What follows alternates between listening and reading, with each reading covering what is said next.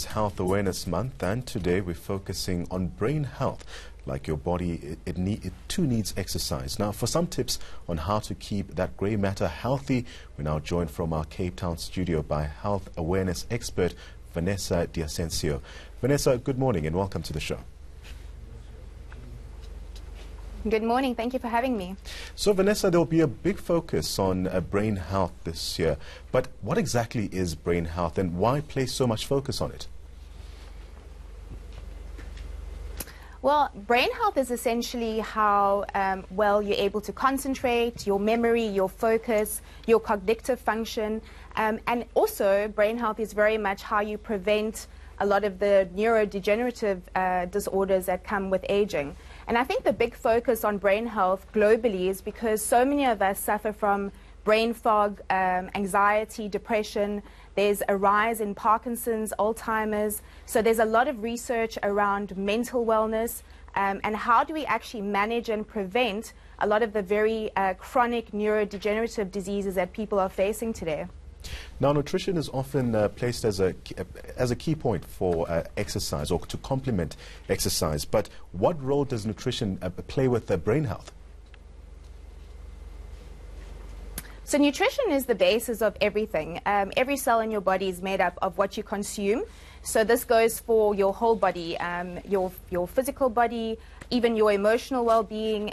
Brain health is hugely related to what you consume on a daily basis. For example, people who consume a lot of sugar, sugar is very aging. I'm not talking about aesthetically aging, but also internally, so in your brain, on your organs.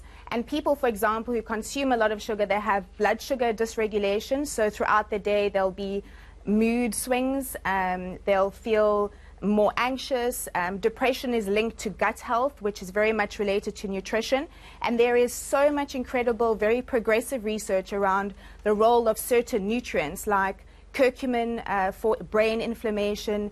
PQQ is at the forefront, for example, of anti-aging and mitochondrial health in the brain. Things like good quality fats, your fish oil, are so important for optimal brain chemistry.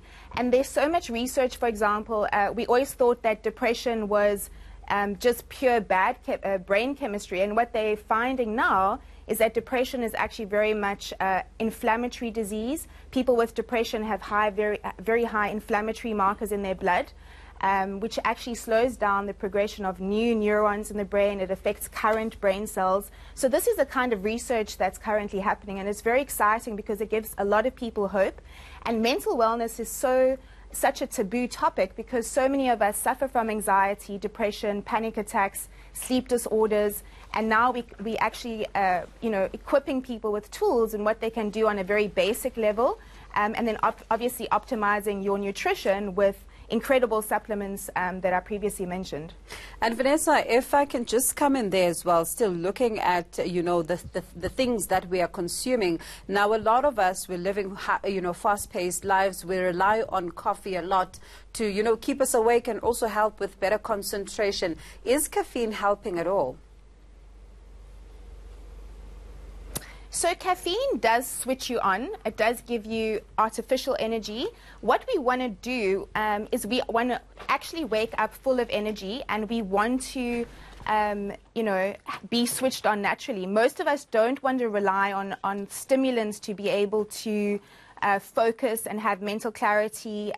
So there's other options. So 1 cup of coffee is great, but a lot of us rely on stimulants all day long: sugar, coffee, alcohol, pharmaceutical drugs, all these kind of things to actually feel like we're able to cope with our lives.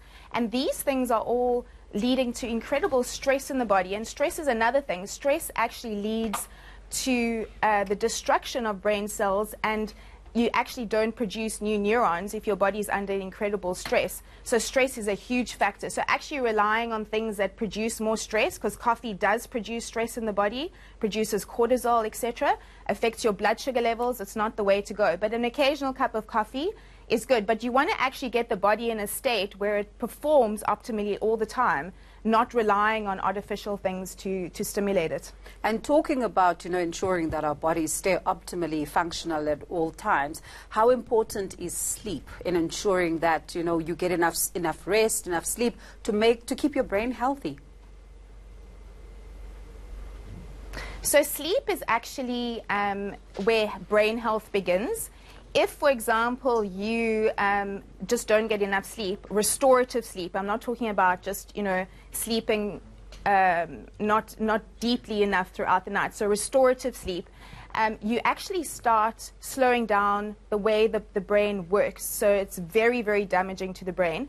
And remember, when you sleep, it's a time of rejuvenation, you restore, it helps with your hormones, and your brain relies deeply on good quality sleep. So my biggest advice for people is to not have any sugar or stimulants 3 hours or 4 hours before bed, so that you can actually get into a very restorative sleep, which is very, very healing on the body overall for general wellness.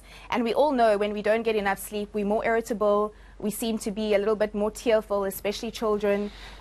We suffer from mood swings, our appetite increases, our hormones go out of whack. So if there's one thing that I would emphasize, is sleep is one of the greatest investments you can make in your health.